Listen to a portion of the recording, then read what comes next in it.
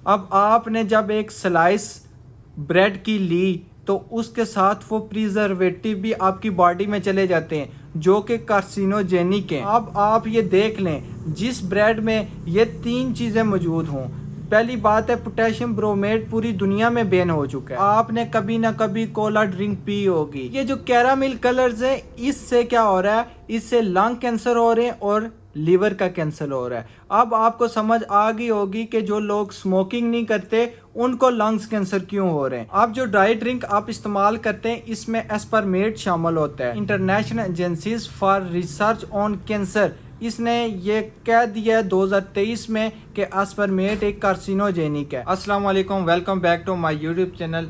यकीनन आपने एक लफ्ज़ सुना होगा जिसको बोलते हैं कैंसर, और जिस बंदे ने कैंसर का लफ्ज़ सुना है उसको इस बीमारी की नोयत का भी अंदाज़ा होगा कि ये बीमारी कितनी ख़तरनाक है। तो आज इस वीडियो में मैं आपको बताऊंगा कि कैंसर होता क्या है और कैंसर की वजूहात क्या हैं। आपने देखा होगा आज से 20-30 साल पहले कैंसर के जो पेशेंट थे, कैंसर के जो मरीज़ थे और कैंसर की जो बीमारी की शरह थी वो बहुत ही कम थी जो आज 2025 में है। तो इसके पीछे हम वजह जानते हैं, इसकी वजह क्या है। लेकिन उससे पहले अगर आपने हमारे YouTube चैनल को सब्सक्राइब नहीं किया तो चैनल को सब्सक्राइब कर दे और घंटी के बटन को दबा दें। तो सबसे पहले हम देखते हैं कि जो लफ्ज़ कैंसर है, कैंसर वर्ड कहाँ से लिया गया है। ये एक यूनानी लफ्ज़ जिसको बोलते हैं कार्किनोस, हिप्पोक्रेट्स जिसको फादर ऑफ मेडिसिन बोलते हैं, उसने ये वर्ड कार्किनोस दिया था जिसका मतलब है क्रैब क्ला। क्रैब क्ला यानी आपने केकड़ा देखा होगा, वो उसकी शक्ल और सूरत किस तरह होती है, वो किस तरह चलता है और वो किस तरह फैलता है। तो इस कैंसर की जो मुशाबत है वो किस से दी गई है, क्रैब से दी गई है, एक केकड़े से दी गई है, क्योंकि कैंसर भी हमारे जिस्म में ऐसे ही फैलता है। इसकी जो अपीयरेंस होती है वो भी एक क्रैब की तरह ही होती है। और अब मॉडर्न डेज में कैंसर का मतलब है अनकंट्रोल्ड डिवीजन ऑफ सेल्स। हमारी बॉडी जो है वो सेल्स की बनी होती है और जब इन सेल्स की अनकंट्रोल ग्रोथ होती है तब उसको बोलते हैं कैंसर। अब नॉर्मली देखें तो नॉर्मली इंसान की बॉडी में मिलियंस ऑफ सेल्स डेली बनते हैं और डेली वो मरते हैं। हमारी बॉडी में एक प्रोसेस होता है जिसको बोलते हैं अपोप्टोसिस। अब एपोप्टोसिस क्या चीज़ है, ये एक प्रोग्राम्ड सेल्स डेथ है। यानी जो आपकी बॉडी में मिलियंस ऑफ सेल्स डेली बनते हैं तो उस हिसाब से मिलियंस ऑफ सेल्स डेली आपकी बॉडी में मरते भी हैं। और अगर हमारी बॉडी में एपोप्टोसिस ना हो, ये अमल रुक जाए तो फिर क्या होगा, बॉडी का होम्योस्टेसिस डिस्टर्ब हो जाएगा। अब आपको इस चीज़ का पता चल गया कि हमारी बॉडी में डेली की बुनियाद पे मिलियंस ऑफ सेल्स बनते हैं, लाखों में सेल्स बनते हैं और लाखों में सेल्स मरते हैं। अब दूसरी बात ये बता दें कि ये जो सेल्स होते हैं ये सेल्स स्टेम सेल से मिलकर बनते हैं और डिफ्रेंशिएट होते हैं। यानी अगर आपकी बाजू के सेल्स बन रहे हैं तो वो एक शेप देंगे आपकी बाजू को, वो एक डिफ्रेंशिएट करेंगे। स्टेम सेल से आगे आपके मुख्तलिफ किस्म के सेल्स बनते हैं। आपकी खून के सेल्स बनेंगे, आपकी हड्डियों के सेल्स बनेंगे, आपके बालों के सेल्स बनेंगे, इसी तरह आपके स्किन के सेल्स बनेंगे और आपके ऑर्गन के सेल्स बनेंगे। ये जितने भी सेल्स आगे से डिफ्रेंशिएट होते हैं, अलग होते हैं, अलग अलग सूरत में जाते हैं, ये स्टेम सेल्स से होते हैं। और जो सेल्स होता है, सेल्स में जीन्स होते हैं, जीन्स में इंफॉर्मेशन होती हैं, डाटा होता है जो क्या करवाता है, सेल्स को इंफॉर्मेशन कोडिंग देता है कि आपने डिफ्रेंशिएट किस तरह होना है और उसकी सेल साइकिल्स को, एपोप्टोसिस को और सेल्स की ज़िंदगी को, लाइफ को क्या करता है, कंट्रोल करता है आपका जीन्स। अब जब इस जीन्स में म्यूटेशंस आती हैं, तब्दीलियां आती हैं, तो फिर क्या होता है, आपके सेल्स को जो इंफॉर्मेशन जा रही होती है वो सही तरह नहीं जाती, गलत इंफॉर्मेशन जा रही होती है, जिसकी वजह से क्या होता है, सेल्स की ग्रोथ इंक्रीज हो जाती है, सेल्स सही से डिफ्रेंशिएट नहीं होते, वहाँ पे ट्यूमर्स बन जाते हैं जिसको कैंसर बोला जाता है। और जिस हिस्से में होगा उस हिस्से की बुनियाद पर कैंसर को उसका नाम दिया जाता है। अब जाहिर सी बात है कि सेल्स म्यूटेशंस खुद ब खुद नहीं होती, इसके पीछे कोई वजह होती है, कोई रीज़न होता है। तो रीजंस में सबसे पहले नंबर पे हम आते हैं जी इनहेरिटेंस, विरासत। हाँ, अगर आपके वालिदैन से आप में ऐसे सेल्स, ऐसी इंफॉर्मेशन मुंतकिल हो गई हैं विरासती तौर पे, जो आपकी जीन म्यूटेशन है आपको विरासत में मिली है, तो ये कैंसर की सबसे पहली वजह है। दूसरे नंबर पे इन जीन्स म्यूटेशन की वजह, जिस वजह से कैंसर होता है, उसमें बहुत सारे फैक्टर आ जाते हैं। उसमें कुछ खुराक के फैक्टर आ जाते हैं, कुछ केमिकल फैक्टर आ जाते हैं और इन्वायरमेंटल फैक्टर भी आ जाते हैं। यानी जो लोग स्मोकिंग करते हैं, अब जितने भी दुनिया में कैंसर है उनमें 20% जो कैंसर है वो स्मोकिंग की वजह से हैं, और जो 5.6% कैंसर हैं वो किसकी वजह से हैं? वो अल्कोहल पीने की वजह से। जो लोग स्मोकिंग करते हैं उनको बहुत ज़्यादा चांसेस होते हैं कैंसर होने के।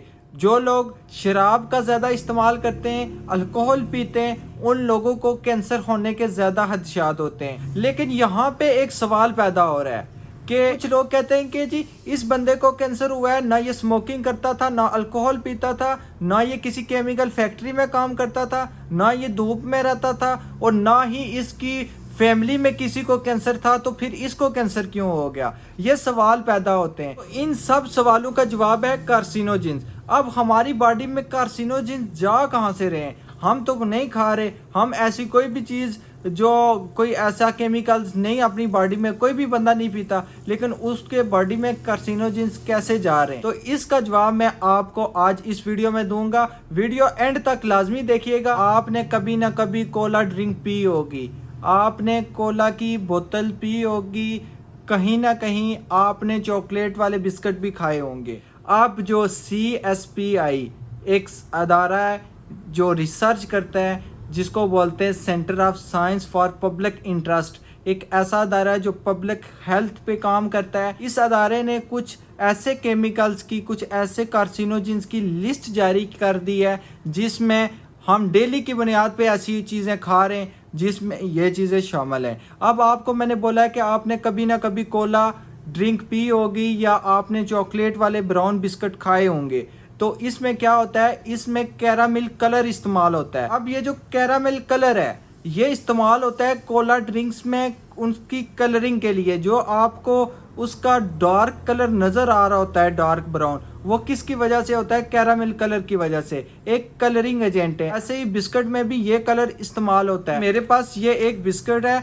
अब इसमें जो कैरामिल कलर इस्तेमाल हुआ है वो इस्तेमाल हुआ है E150D। ये कैरामिल जो कलर होते हैं उसकी क्लास 4 में आता है, और जो क्लास 4 है ये डायरेक्टली कार्सिनोजेनिक नहीं है। लेकिन जब E150D को मैन्युफैक्चर्ड किया जाता है, इसको बनाया जाता है, कार्बोहाइड्रेट्स और अमोनिया की जो प्रोडक्ट्स होती हैं उनको हीट किया जाता है, तो क्या बनता है? कैरामिल कलर E150D बनता है। लेकिन उसके साथ एक बाय प्रोडक्ट तैयार होता है, इसको बोलते हैं 4MEI, यानी 4 मिथाइल अमीडाजोल, एक बाय प्रोडक्ट है। तो ये 4MEI एक एजेंट बन रहा है, ये अनअटेंशनली हमारी जो सॉफ्ट ड्रिंक्स है, कोला ड्रिंक्स है, उनमें जा रहा है, और ये एक कार्सिनोजेनिक है। और जब ये 4MEI हमारी बॉडी में जाता है तो ये क्या करवाता है? जीन्स म्यूटेशन करवाता है।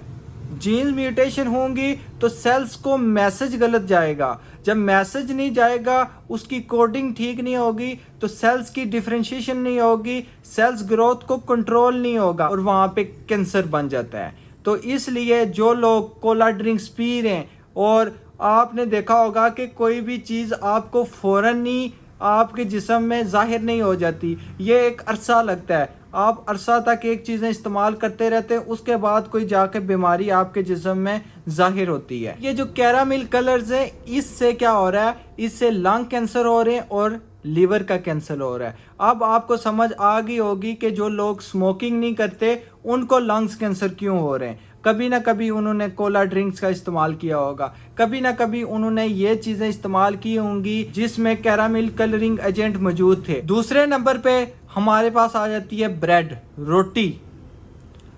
अब आपने देखा होगा कि जो आप घर में रोटी बनाते हैं वो आपके एक दिन में ख़राब हो जाती है। 24 घंटे बाद वो रोटी ऐसी हो जाती है कि वो खाने के काबिल नहीं रहती, वो ख़राब हो जाती है। लेकिन आपने कभी सोचा है जो स्लाइस ब्रेड आप बाज़ार से ले रहे हैं, जो पैकिंग में आ रही हैं, वो एक एक महीना तक क्यों नहीं ख़राब होती? इसका जवाब है उसमें प्रिजर्वेटिव्स डाले जाते हैं, ऐसे एजेंट डाले जाते हैं जो उसको महफूज रखते हैं, उसके ऊपर माइक्रोबियल ग्रोथ नहीं होने देते, माइक्रोब्स का अटैक नहीं होने देते। लेकिन यहाँ पे आ जाता है उनका साइड इफ़ेक्ट। अब आपने जब एक स्लाइस ब्रेड की ली तो उसके साथ वो प्रिजर्वेटिव भी आपकी बॉडी में चले जाते हैं जो कि कार्सिनोजेनिक हैं। कौन कौन से ऐसे एजेंट हैं जो हमारी ब्रेड में यूज़ होते रहें और हम खाते रहें और जो क्या करवाते थे, कैंसर करवाते थे? तो सबसे पहले नंबर पे जो हमारे पास आता है वो आता है पोटेशियम ब्रोमेट। अब तकरीबन 90 साल तक जो ब्रेड बनती रही है ना, उसमें पोटेशियम ब्रोमेट इस्तेमाल होता रहा है और आखिर पे जब इस पे रिसर्च हुई है तो 90s में इसको पता चला है कि ये तो एक कार्सिनोजेनिक है, यानी कैंसर कॉजिंग एजेंट है। तो फिर इसको दुनिया में बैन किया गया। अब ये क्या करवाता था? आपके रेनल ट्यूमर करवाता था, यानी आपके गुर्दों पे कैंसर करवाता था। उसके बाद थायराइड का कैंसर इसकी वजह से हो रहा था। अब ये जो तीसरे नंबर पे जो हमारे पास इंग्रेडिएंट आता है जो ब्रेड में इस्तेमाल हो रहा है, और आप ये तस्वीरें स्क्रीन पर देख सकते हैं, और बाकायदा तौर पे इन इंग्रेडिएंट्स में ये चीज़ शामिल है जिसको बोलते हैं अज़ोडिकार्बोनामाइड। अब ये जो अज़ोडिकार्बोनामाइड है ये कन्वर्ट हो जाता है दो इंग्रेडिएंट में।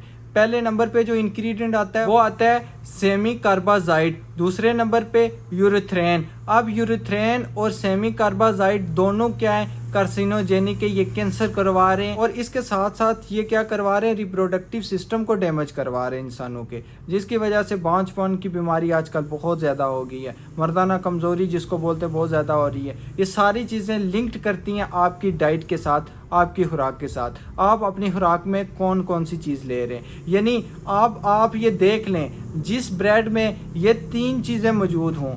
पहली बात है पोटेशियम ब्रोमेट पूरी दुनिया में बैन हो चुका है, 2016 में उसको इंडिया में बैन कर दिया गया, लेकिन पाकिस्तान में अभी ये क्लियर नहीं हुआ कि वो बैन है या नहीं है। जिस ब्रेड में ये चीज़ें शामिल हों तो आप काइंडली ऐसी चीज़ें परचेज मत करें, ऐसी चीज़ें मत यूज़ करें, बल्कि आप कोशिश करें कि घर की बनी हुई ताज़ी रोटी खाएं। किसी किस्म के उसमें प्रिजर्वेटिव नहीं होते, फ्रेश रोटी होती है और आपको बहुत सारी ऐसी पेचीदा बीमारियों से महफूज रखती है। उसके बाद तीसरे नंबर पे हमारे पास आ जाते हैं आर्टिफिशियल स्वीटनर।